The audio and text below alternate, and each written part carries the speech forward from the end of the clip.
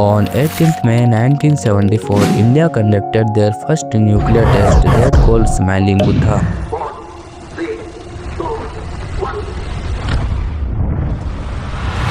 This test was conducted in Pokhran Test Range in Rajasthan. It was carried out very carefully under the order of Prime Minister Indira Gandhi. When we first embarked on our nuclear program, most industrialized nations were very critical of us. Their disapproval, even hostility, continues. And the test was directed by scientist Raj Ramanna near the Pokhran military base. At that time, China and America did not want any other countries to become nuclear power. Many great leaders and scientists contribute to this mission, including Atal Bihari Vajpayee and APJ Abdul Kalam.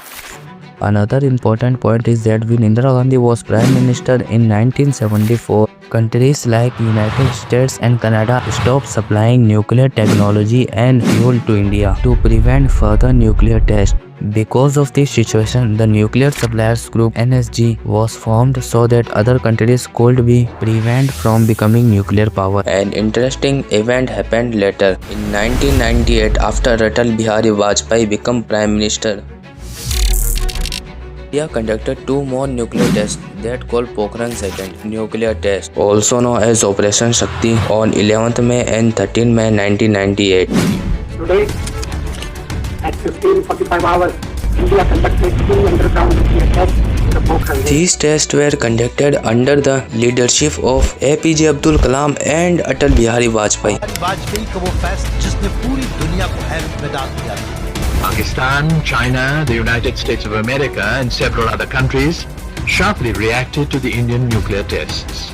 After these tests, India stabilized itself as a strong nuclear power in front of countries like China and United States.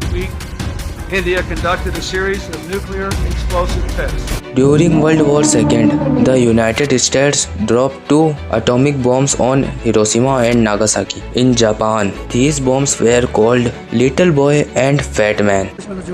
I saw an aircraft.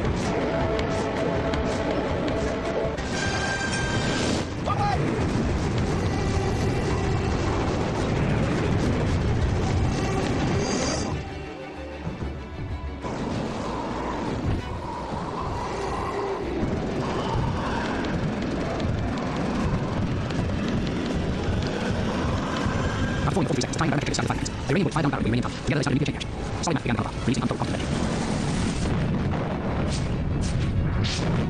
This was the first time the world saw destructive power of nuclear weapons, after which Japan surrendered to United States.